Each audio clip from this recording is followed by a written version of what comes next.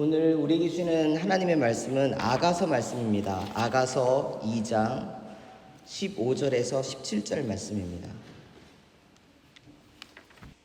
우리를 위하여 여우 곧 포도원을 허는 작은 여우를 잡으라.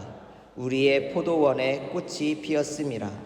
내 사랑하는 자는 내게 속하였고 나는 그에게 속하였도다. 그가 백합화 가운데서 양떼를 먹이는구나. 내 사랑하는 자야, 날이 저물고 그림자가 사라지기 전에 돌아와서 베데르산의 누루와 어린 사슴 같을지라. 아멘. 오늘은 포도원을 허는 작은 여우를 잡으라 라고 하는 제목으로 아가서 말씀의 은혜를 함께 나누려고 합니다. 오늘 우리가 읽은 2장 15절 말씀에 우리를 위하여 여우 곧 포도원을 허는 작은 여우를 잡으라. 우리의 포도원에 꽃이 피었음이라 라고 하는 말씀으로 오늘 말씀이 시작됩니다. 이 말씀을 이렇게 읽으면 마치 이솝우화의 이야기가 처음 시작되는 것 같다라고 하는 느낌이 듭니다. 참 이 본문의 내용은 아주 간단합니다. 꽃이 피는 아름다운 포도원에 여우 한 마리가 들어왔어요.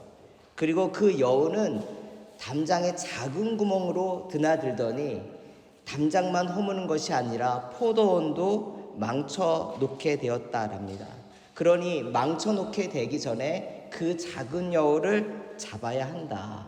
이 포도원을 지키기 위해서.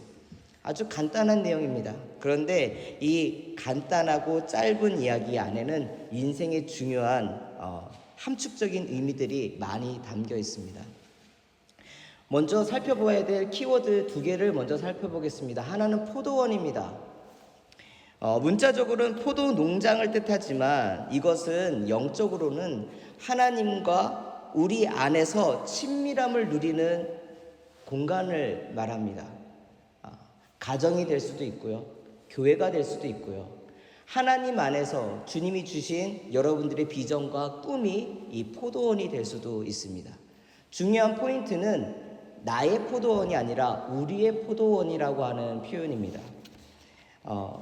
가정도 나의 가정일 때와 하나님 안에서 가정을 이루어가는 것, 교회도 그냥 교회 와서 사교 모임을 하는 것과 하나님 안에서 우리가 믿음의 나눔을 갖고 사랑을 나누는 것, 이것은 다른 것입니다.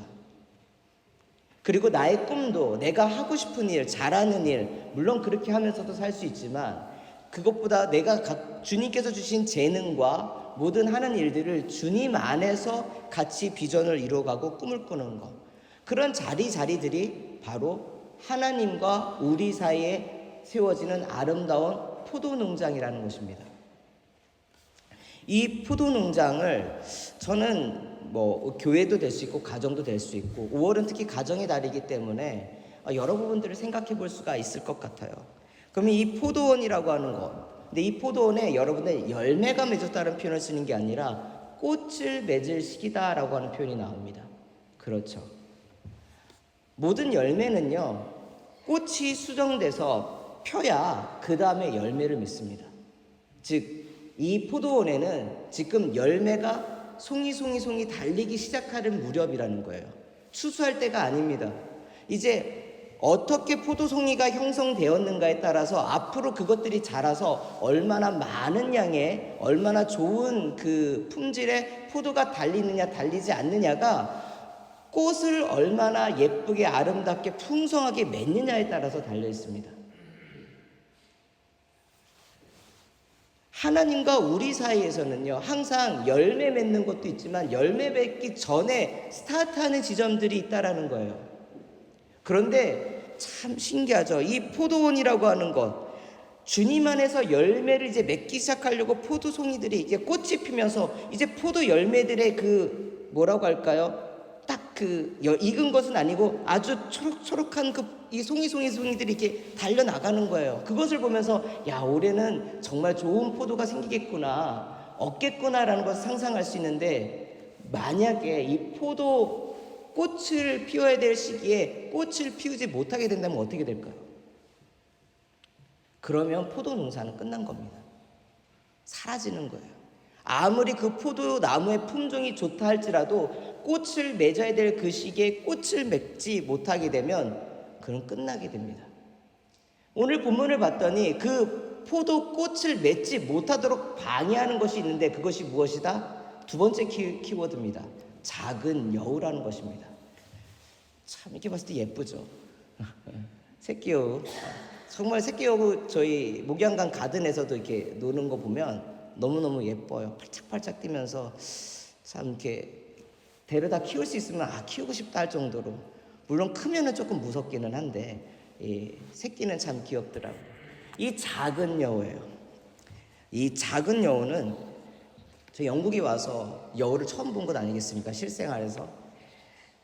근데 이 여우라는 동물을 잘 보면요, 저는 이솝 우화에 나올 때에 이솝이 그냥 여우를 그냥 빗대서 이렇게 좀 뭐라고 할까, 얄미운 짓 하고 남 좀 꾀부리고 하는 그런 동물을 그냥 여우로 삼았나 보다 그렇게 생각을 했는데, 여우가 하는 짓을 보니까 딱 이솝 우화에 나오는 그 모습 그대로 살더라고요. 야, 관찰력 좋다 그 생각을 했는데, 여러분 이 여우가 살면서 뭐를 잘합니까? 땅을 잘 팝니다. 특히 어디를 팝니까? 담장, 울타리가 있는 거기를 이제 파가지고 구멍을 냅니다. 거기를 이제 나무로 메꿔놓으면 어떻게 해서든지 뚫어버립니다. 근데 여러분들 왜 담장이 있는데, 울타리 있는데 거기를 왜 구멍을 내는지 아십니까? 여우가? 그래서 이번에 설교 준비하면서 알게 됐는데요, 여우의 주 먹잇거리는 설치류라고 합니다. 그러니까 들쥐예요, 들쥐. 근데 들쥐가 어디에 서식하느냐? 이스라엘로 말하면은 이 포도원과 그 다음에 일반 그 구간을 그 구분 짓는 담장 있잖아요. 이게 벽. 거기 사이에 이 설치류들이 주로 서식한다고 합니다. 그러니까 여우는 본능적으로 뭡니까? 담장이 세워진 그 자리는 파는 거예요. 본능적으로. 그 거기에 먹잇거리가 있다고 생각을 하는 거고, 또 그 담을 구멍을 내서 지나다니는 걸 좋아합니다. 목양간에 계속 다니길래 막아놨는데 그걸 또 부시고 들어오길래 나중에는 막고 돌로 무거운 걸 해놨어요. 그러면 못 들어올 줄 알았는데 여우가 뛰어서 올라오더라고요. 점프력이 좋아요. 딱 타고 와서 벽에 딱 올라서고 그리고 내려와요. 마치 고양이가 그 점프하고 내려가듯이. 야, 뛰어나다 그랬는데 그렇게 할 수 있는 거를 왜 굳이 담벼락을 뚫고선 갈까? 그게 본능이에요. 글로 지나다니는 걸 좋아해요. 근데 문제는 여우가 처음에 뚫을 때는 자기 얼굴만 나가면 됩니다. 얼굴이 사이즈가 크지 않아요. 이렇게 줄이면 얼굴만 나가게 되면 동물들은 지나다닐 수가 있어요. 근데 그 자리를 방치하게 되면 그 구멍이 어떻게 됩니까? 커집니다. 굉장히 커져요. 맨 처음에 얼굴만 겨우 비좁게 나가는 그런 구멍이었다가 그거를 내버려 두면 어느 순간에는 그냥 몸이 거치지 않고 드러나올 수 있게 구멍이 커집니다. 작은 여우는요, 우리가 볼 때는 예쁘죠. 귀여워요. 뭐 별것 있겠어. 그런데 그걸 방치하게 되는 순간에 어떤 일이 벌어지는가? 담벼락에 구멍이 생기고 그 구멍은 더욱더 커져서 심지어는 나중에 이스라엘의 담은요, 높지 않습니다. 영국의 담하고 비슷한 것 같아요. 그냥 여기가 포도원입니다. 여기는 일반 땅입니다. 그냥 구분 짓는 경계선 정도 그런 역할을 합니다. 근데 여우가 이걸 뚫고 나다 보면 그 다음부터는 귀찮아지잖아요. 여우가 똑똑하거든요. 그러면 구멍 뚫린 그 자리 위로 뛰어 올라서 거기 담벼락을 위를 막 누릅니다. 그럼 어떻게 될까요? 담이 무너지겠죠. 그럼 구멍으로 다니는 게 아니라 길을 내서 다닌다고 그래요. 작은 여우예요. 여기서 보면 큰 여우가 아닙니다. 작은 여우. 우리가 방치하고 있는 그 사이, 그 작은 여우는 하나님과 우리 사이에 아름답게 지어져야 될 포도 농장에 들어와서 그 포도 농장을 망가뜨리게 된다는 거죠. 그런데 어떻게? 방치하고 내버려두는 순간. 작은 여우가 뭔 일을 할 수 있겠어? 큰일 할 수 있겠어? 그렇게 내버려두는 순간에 그렇다라는 거예요. 근데 보통 언제 여우가 활동을 하느냐? 오늘 본문이 굉장히 과학적이에요. 꽃이 피는 3월과 4월이 들쥐들이 왕성하게 활동하는 시기라고 합니다. 들쥐들이 왕성하게 활동하는 시기라고 하는 것은 뭐냐면 여우들도 먹거리를 위해서 왕성하게 활동하는 시기가 3월과 4월이에요. 그 3월과 4월에 이 담장 밑으로 들쥐들을 잡기 위하여 여우들이 담장을 많이 허물게 된다는 거예요. 구멍을 내기 시작합니다. 근데 그것을 내버려 두면 이 여우들이 담장 안에만 들어온 게 아니라 포도원 안으로 들어와서 이제 꽃을 맺어야 되는 포도나무들을 건들기 시작하는 거예요. 꽃을 맺지 못하면 어떻게 합니까? 포도 열매를 맺지 못합니다. 그 여우를 잡아야 돼요. 담벼락을 막아야 돼요. 여러분들, 이게 영적으로는 우리가 우리의 삶에 뭔가 시작하려고 하나님의 열매를 맺기 위해서 첫 번째 꽃을 맺는 시점이 있어요. 이게 매일 있는 게 아니에요. 우리에게 크고 작은 어떠한 하나님이 주신 복이 있지만 인생에 있어서 정말 전환점을 맞이할 수 있는 큰 축복의 시기가 있습니다. 꽃을 맺고 이제 열매를 이제 시작하는 그 지점. 그런데 사단은 이 지점을 너무나도 잘 알고 있어요. 열매를 맺은 것을 훼손하는 게 쉽습니까? 아니면 꽃을 맺을 시기에 꽃을 맺지 못하도록 해서 아예 열매가 맺는 그 시작을 못하게 하는 것이 쉽습니까? 후자가 더 쉬운 거죠. 작은 노력으로, 작은 간섭으로 하나님과 우리 사이에 맺어야 될 아름다운 포도 농장으로 세워지지 못하도록 이 작은 여우들이 온다라는 거예요. 근데 이 포도 농장은 앞에서 얘기했지만 하나님과 나 사이에 은혜가 있던 자리입니다. 기쁨을 나누고 정말 아름답다, 기대가 된다, 소망이 된다, 하나님과 함께 기쁨과 기대감을 누리는 장소입니다. 그런데 나의 그 포도원에 여우가 들락날락할 수 있는 그 작은 구멍을 방치하게 되면 하나님과 나 사이에 누릴 수 있는 아름다운 포도나무의 성장과 얻을 수 있는 열매들은 사라지게 됩니다. 저는 지난주가 되겠죠. 민수기 22장에서 24장까지 발락과 발람의 이야기가 나옵니다. 저는 그 발람을 보면서 그에게 있는 작은 여우와 그 다음에 그의 삶에 있는 구멍을 보게 됩니다. 발람은 부돌 사람입니다. 부돌은 메소포타미아 문명의, 즉 바벨론 땅, 아브라함이 떠났던 갈대아 우르의 그 지역 근처에 있는 동네입니다. 이 동네의 특징은 뭐냐면 우상을 많이 섬겨요. 만들고 다신을 섬깁니다. 그곳에서 이 발람이라고 하는 선지자는 예언자, 점술가, 주술가 뭐 다 좋아요. 아주 유명한 주술가였습니다. 그가 저주를 내리면 저주를 받고 그가 축복을 하면 축복을 하는데 그게 얼마나 유명한지 그 부돌이라고 하는 지역에서 모압이라고 하는 지역까지 약 650km 떨어져 있습니다. 거리로 650km 떨어져 있는 거리에 있는 모압 왕 발락이 부돌에 있는 주술사 발람의 그 유명세를 알아서 찾아갈 정도로 유명한 사람이에요. 근데 성경을 보니까 이 발람이라고 하는 사람이 누구에게 기도합니까? 하나님께 기도를 해요. 하나님과 대화를 나눠요. 하나님께서 무엇을 기뻐하시는지 무엇을 싫어하는지 너무나도 잘 알고 있습니다. 그런데 그에게 그의 삶에 들어오는 작은 여구와 구멍이 있는데 그것이 무엇이냐면 탐심입니다. 돈이에요. 발락이 발람에게 사람들을 보낼 때에 그냥 대충 보내는 게 아니라 모압과 미디안의 장로급, 그러니까 아주 좀 딱 사람을 보면 저 사람이 존귀하구나 아니구나 우리가 알잖아요. 살면서 딱 봐도 존귀한 사람들을 보내는데 그냥 보내는 게 아니라 복채, 즉 선물로 많은 돈을 보냈습니다. 아마 그 당시에는 은과 금이겠죠. 그것을 보고 마음을 돌려서 오라, 더 많은 돈을 주겠다, 더 많은 은과 금을 주겠다 유혹을 했는데, 우리가 보면 그 22장 민수기 22장을 보면 내가 하나님이 시키는 것 외에는 나는 결정할 수 없다. 그러면서 하는 말이 뭐냐면 나의 집에 머물라, 내가 이 밤에 물어보겠다라고 나옵니다. 그리고 난 다음에 하나님께서 말씀하시죠. 이스라엘 백성은 이미 복을 받은 백성이다. 이미 복을 받은 백성이 하나님이 이미 주셨는데, 그리고 복의 백성이에요. 그러니까 그들을 저주할 수가 없다. 따라가지 말아라. 거절합니다. 여기까지는 이 사람이 분별할 줄 알구나 생각을 하는데 두 번째, 더 높은 사람을 발락이 보내고 아마 더 많은 복채를 함께 했었던 것 같아요. 근데 22장 18절을 보면은 발람이 뭐라고 얘기를 하냐면요, 이렇게 표현합니다. 여러분들 성경 있으면 한번 찾아보세요. 이 밤에 여기서 유숙하라. 여호와께서 내게 이르시되 너에게 대답하리라. 그 부분들이 이제 앞선 말이고, 그 뒤에 다시 두 번째 올 때 내가 뭐라고 얘기를 하냐면 22장 18절입니다.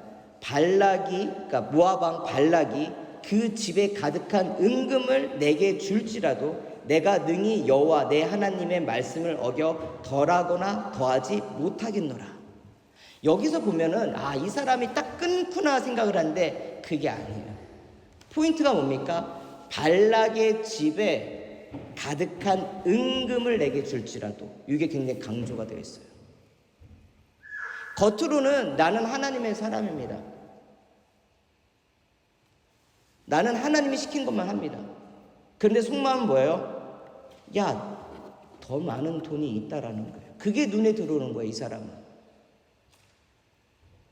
하나님이 무엇을 기뻐하시는지, 무엇을 좋아하시는지를 알고 있어요. 그런데 그의 하나님과 좋은 교제를 나눌 수 있는 공간, 지식이 있다고 해서 항상 하나님의 삶을 살아가는 게 아니에요. 우리 삶에 하나님과 아름다운 포도밭을 누릴 수 있는데 내 포도밭 안에 들어오는 작은 구멍들을 방치하면 이렇게 탐심과, 어떤 사람들은 쾌락이겠고요, 어떤 사람들은 뭐라고 할까요? 분노, 혈기가 될 수도 있겠고요. 자, 하나님 보시기에 싫어하는 모습들, 그러니까 사단이 틈타는 영역들이 있어요. 큰 구멍이 아니에요. 아주 자그마한 구멍들이에요. 그가 모든 것을 잘못하는 게 아니에요. 그가 하나님 앞에서 적당한 선을 지키면서 하나님과 세상과의 사이에서 왔다 갔다 하는 그런 여우구멍이 있다는 거예요. 제가 새벽 설교 때는 개구멍이라고 표현을 했었는데, 여우구멍이 있어. 성경적으로 표현하면 여우가 들락날락하는 것을 내버려 두는 거예요. 방치하는 거예요. 단호하게 그 은금을 끊어버릴 수가 있었다라고 하면 내 집에 유숙하라고 하지 않겠죠. 가라고 하겠죠. 아니면 다른 곳에 머물라고 하겠죠. 이 사람은 뭡니까? 머물게 하고 하나님께 또 기도합니다. 하나님이 저번에 안 된다고 했잖아요. 근데 언제까지 이 사람이 기도할까요? 함께 가라고 할 때까지 기도하는 거예요. 우리 기도가요, 하나님이 기뻐하시는 뜻을 놓고선 계속 붙잡고 기도해야지, 내 고집 내 뜻대로 계속 기도하면 하나님이 거절하실 때도 있지만 적당한 선에서는 그냥 내버려 두실 때도 있어요. 내버려 두는 거 정말 무서운 거잖아요. 로마서 1장에 보면 하나님께서 가장 큰 벌을 내리실 때 뭡니까? 내버려 두는 거예요. 발람이 기도를 했더니 하나님께서 그래 가, 그런데 너는 내가 전할 말만 할 거야. 근데 22장 그 뒤로 보면은 발람 뭡니까? 아침에 일어나서 누구보다 먼저 짐을 쌉니다. 누구보다 먼저. 성경에는 딱 시점이 누가 먼저 움직이는가를 먼저 표현해요. 그래서 그 다음에 그 모압에서 온 사람들이 같이 따라가는 거예요. 발람이 뒤쫓아가는 게 아니라 발람이 앞서가게 됩니다. 하나님과 우리 사이에 아름답게 맺어야 될 그 포도원, 그게 여러분들의 주님 안에서 꿈, 가정, 교회, 그 모든 것들 가운데요, 하나님께 집중하지 않고 다른 그 구멍을 남겨두면 그 작은 여가 작지만 어떻게 합니까? 세상과 하나님 나라의 사이에 그 간격을 부셔버리고요, 마음대로 다니면서 아예 열매가 시작할 그 시점부터 시험에 들게 하고 상처받게 하고, 그 다음에 어떻게 됩니까? 꽃을 맺지 못하니까 열매 자체가 시작하지도 못하게 만든다라는 것입니다. 발람의 최후를 말한다면 그는 요한계시록과 그 다음에 베드로전서 2장에 나와 있는데 발람의 교훈이라고 해서, 그는 나중에는 어떻게 합니까? 자기가 자기 입술로 저주를 못하니까 하나님께서 가장 싫어하는 것을 모압 왕 발락에게 알려줘서 이스라엘 백성들이 음행을 하고 우상을 섬기게끔 합니다. 그렇게 하면 하나님이 진노하셔서 이스라엘 백성들을 멸하실 것이다. 어떻게 죽일 수 있는지 방법까지 제대로 알려줍니다. 자기는 빠져버리고. 근데 뭡니까? 하나님을 아는 지식으로 하나님의 백성이 될 수 있도록 인도하는 자가 아니라 그는 하나님을 알고 하나님과 대화하고 하나님이 뭐를 좋아하시는지 싫어하는지 알지만 결국 그의 선택은 뭡니까? 은과 금이었다라는 거예요. 저는 지금의 이 시점이 저에게도 우리 성도님들에게도 우리 교회에게도 정말 포도나무에 포도를 피워야 될 중요한 시점이라고 생각을 합니다. 근데 이 시점에 이 포도나무에 꽃이 피지 못하게 하는 것은 태풍이 오는 문제가 아니다라는 거예요. 내 담벼락에 들어서는 나도 그냥 방치하는 제가 뭐 좀 하겠어라고 생각하는 하나님이 싫어하시는 아주 작은 여우, 작은 구멍, 그것을 내버려 둘 때에 어떻게 되는가?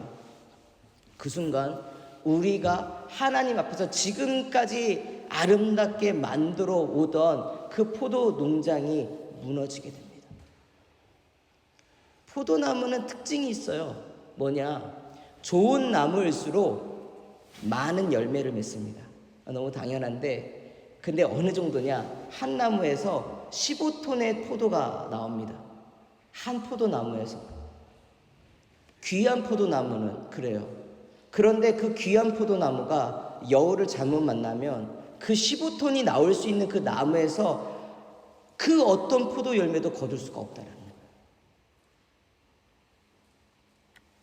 우리가 깨어있지 않으면, 내가 하나님 안에서 은혜 받고 하나님이 기뻐하시는 것이 무엇인지를 집중하지 않게 됐을 때는 어떻게 되는가? 내 포도나무 그 농장이 망가지는 것을 그냥 내버려 두게 된다는 거예요. 그러면 하나님께서 우리에게 원하시는 것, 그러면 이 여우를 잡아야 되고 구멍을 메꿔야 되겠죠. 그러면 어떻게 할 수 있느냐? 15절에 나와 있어요. 그 답이. 다시 15절 말씀을 우리 한번 읽도록 하겠습니다. 우리를 위하여 여우 곧 포도원을 허는 작은 여우를 잡으라. 우리 포도원에 꽃이 피었습니다. 누구 보고 잡으라고 합니까? 여인은 잡을 수 있는 힘이 없어요. 그러니까 내 사랑하는 왕이시여, 우리의 이 아름다운 포도원을 허무는 이 여우를 잡아주소서라고 요청하는 겁니다. 내 힘으로 뭔가 할 수 있을 것 같잖아요. 정말 하나님의 은혜 없이는 고칠 수 없는 그 잘못된 습관들이 있어요. 구멍이 뚫려가지고 막아놨다가 사단은 한 번 막는다고 그걸 포기하지 않아요.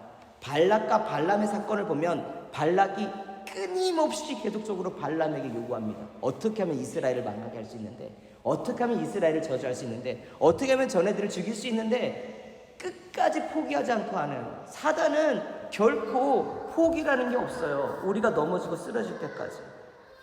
근데 단호하게 끊으면 그 다음에는 오진 않습니다. 어설프게 끊어놓고요, 어설프게 구멍 막아놓으면요, 그 구멍은 계속적으로 공격을 받아요, 여러분들. 근데 그 구멍을 막아달라고 했을 때 여러분의 내 힘으로가 아니라 뭡니까? 주님 도와주세요. 주님과 주님과 우리 아름다운 교회의 그 아름다운 포도 농장을 여우 한 마리가 들어와서 망가뜨리지 못하게. 여우는 사람이 아니에요. 사단이 영적인 그런 존재들이에요. 우리의 마음을 미혹하게 하고 상처 주고 아프게 하고, 때로는 너무 흥분되고 기쁘게 해가지고 본질을 보지 못하게 한다거나 여러 가지 모양으로 옵니다. 아까 작은 여우 봤잖아요. 보면 예뻐요. 사단이 뿔 달고 무섭게만 올까요? 그렇지 않아요. 너무 친근하고 편하게 같이 놀자라고 올 수도 있어요. 중요한 포인트는 그게 나와 하나님 사이의 아름다운 그 포도 농장, 나와 하나님 사이 주님 그 주신 비전과 꿈들을 이루는데 도움이 되지 않는다면 뭡니까? 단호하게 끊어버리고 단호하게 그것을 막아야 된다라는 것이죠.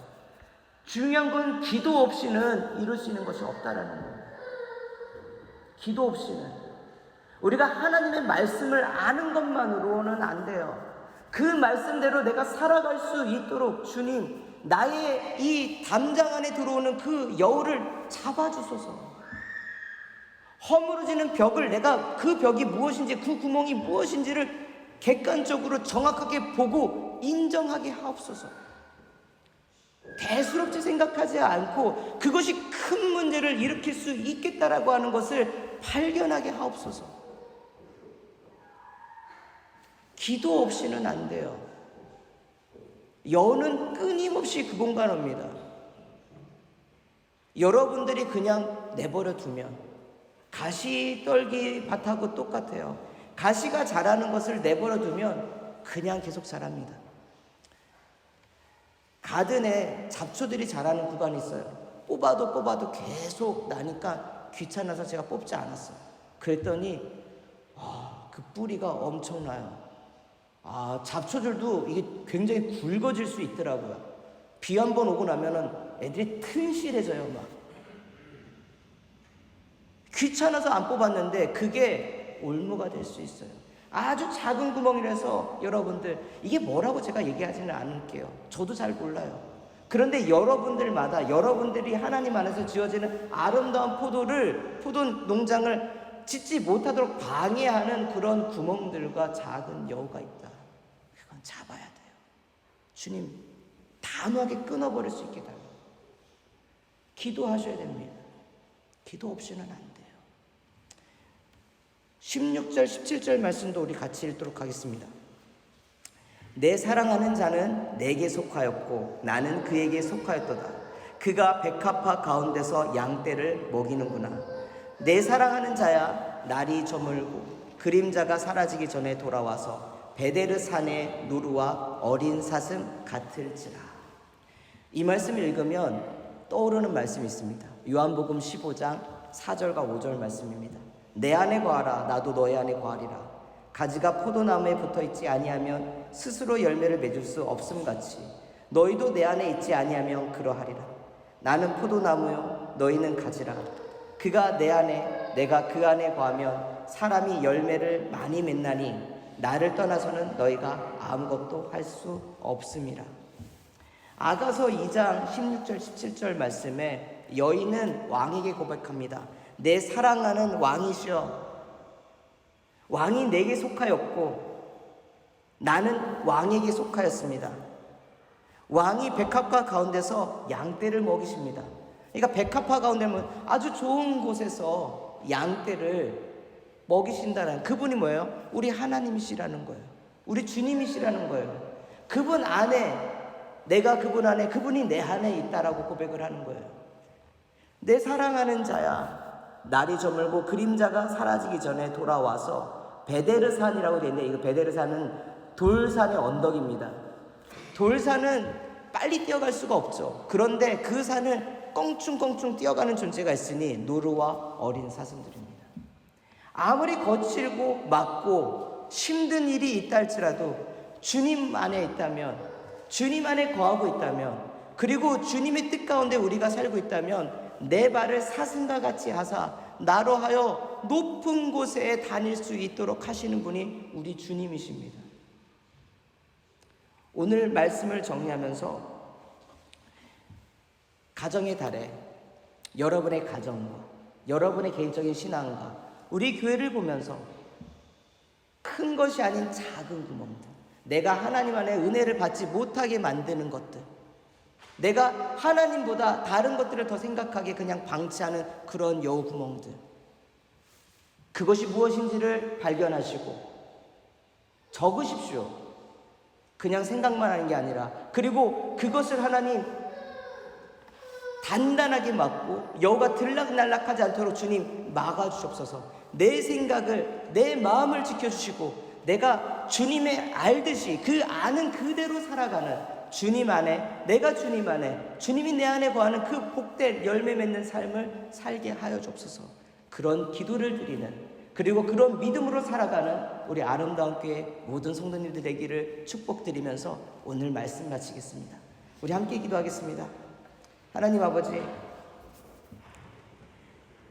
오늘 저희들의 모습은 어쩌면 주님을 안다고 하지만 발람처럼 헛똑똑한 그런 삶을 살고 있었는지도 모르겠습니다.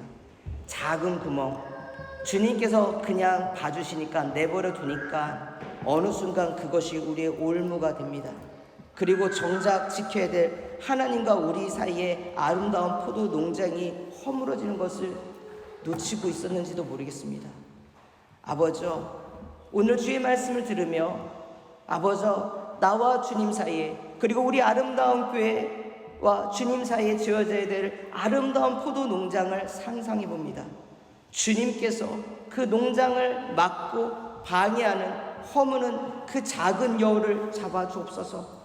우리 삶 속에서 주님을 신실하게 믿으려고 하지만 그러나 쓰러지고 넘어지는 그 작은 구멍들을 주여 단호하게 메꾸고 다시는 그 자리를 쳐다보지 않을 수 있는 믿음을 주시옵소서. 주님, 오직 주님 안에 살 때만이 가능합니다. 내 힘으로 사는 게 아니라 주님의 은혜로 살아가는 자임을 항상 생각하며 하나님께 감사하며 하나님을 찬양하며 하나님의 사랑 안에서 그 사랑을 늘 고백하는 기쁨의 삶 사는 우리 아름다운 교회 모든 성도님들이 되시기를 주님 앞에 간절히 소원하며 이 모든 말씀 우리 주 예수님의 이름으로 기도드립니다. 아멘.